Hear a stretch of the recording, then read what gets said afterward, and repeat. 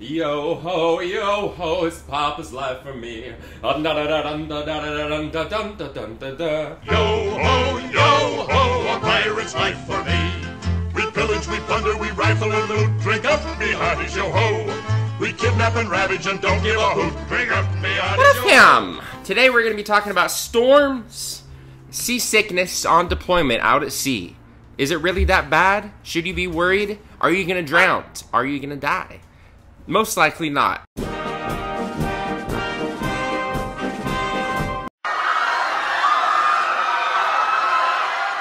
Alright, so before we get into this video, I just want to tell you guys my qualifications and my experience living on a ship when I was in the Navy. So the first one I was on was the USS Lincoln, CVN 72. And then I was on the USS George Washington, CVN 73. I was also on a destroyer for a couple weeks, the USS Momsen, which is DDG something, I don't remember the number. But so yes, I have experience on aircraft carriers, and I do have a little bit of experience on small boys. I was never on a sub. I was, too tall. I'm 6'4", so that was kind of out of the question for me anyways. But I'm too claustrophobic. I could never live on a submarine. Alright, so first, my experience with seasickness. I never experienced seasickness when I was on the carrier. Now, I am kind of a little prone to motion sickness because when I did go in some of the helo flights, I got to fly in our helicopters a couple times.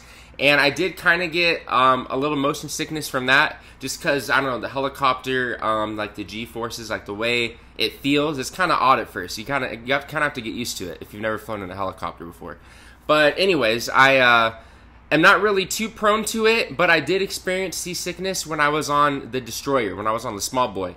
Now, when I was on it for a couple weeks, it was pretty high seas, higher than usual, so it was kind of an irregular experience that I had, but I did get seasick. I never threw up, but I just had like a constant headache and kind of a upset, just kind of like a little nauseous feeling, but I never did get sick. You can go to medical, and they will give you seasickness pills, medicine that you can take, and it should help your nausea, in like at least, a couple hours. Alright, so on my first deployment, when we were coming back from the Middle East, we were going across the Atlantic, and we were ending up in Mayport, in Florida. So when we were going across the Atlantic, we hit a pretty big storm, and now I was working on the flight deck. So if you're working on the flight deck, you kind of are most exposed to the most danger, when there are storms and stuff, and if you're caught in heavy seas, because we have to go out there and we have to secure all the aircraft. We have to go out there during flight ops, in case you have to bring on the helos in. We're the last ones out there on the weather decks, working on the flight deck, so we are the most exposed to danger. I did never see anybody fall off or get knocked off the ship, although you do hear about it. It is about a 90-foot drop, but most of the time when you're working on the flight deck, you have to wear float coats. But the issue is, if you fall off the ship in heavy seas, it kind of takes, 15-20 minutes to get the helos circling, to get the boats out to come search for you. At times 10 to 20 minutes. So, it's just kind of if you're a good swimmer or not or whatever. I don't know.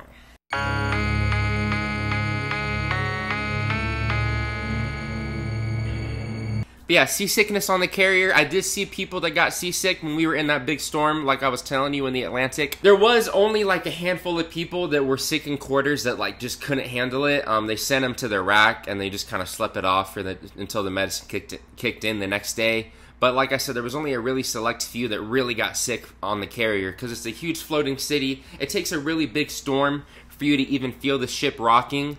When you're out at sea, most of the times you just you don't even feel it. Now, I'd say out of all my experiences, when thinking about the most dangerous part of working, during storms and being caught out at sea, working on the flight deck, if you're on a small boy, if you're on a destroyer or a cruiser, and you're trying to recover the helicopters, and if it's heavy seas, that's really, really dangerous. There were circumstances when I was in where we lost a couple helicopters and we lost personnel.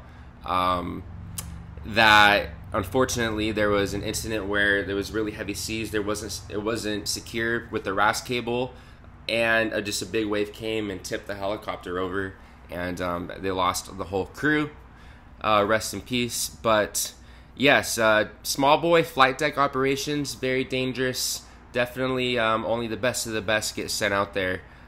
There's small debts that we call them. So there's select groups of people that squadrons pick to go out on small boys, and normally it's the most experienced with a couple trainees But yeah, you got to be on your P's and Q's when you're working on small boys. But yeah, guys, just to summarize things, to summarize everything, Papa.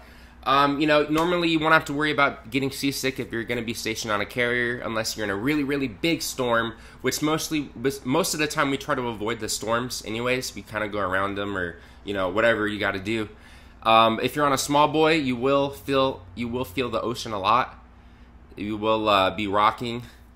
Now, if you're on a small boy and you're prone to getting seasick, take medicine before you even get on the ship. Just start taking pills, you know, so you will get seasick on a small boy if you're prone to motion sickness. You do feel the ocean a lot. You hear people walking, you know, you're walking down a P-way on a small boy, and the roll is so much that you start walking on the walls. You know, it's crazy, the roll of the ship with the swells. So, yeah, you know, maybe try to stay away from those if you know you're seasick, but, you know, eventually, hopefully your body will get used to it. Falling off the ship and all that danger, like I said, it's only flight deck personnel that are mostly exposed to that stuff, that are up on the weather decks in these extreme situations. So yeah, that's just some stuff to look out for. They do have medicine and medical. If you're really seasick, they will send you SIQ to your quarters to sleep it off. But that's in extreme circumstances. Alright guys, I hope you enjoyed this video. Social media below as always. I see you guys very soon. Videos every day. Goodbye! We pillage, we plunder, we rifle and loot. Drink up, me hearties, yo ho. We kidnap and ravage and don't give a hoot. Drink up, me hearties, yo ho. Yo ho.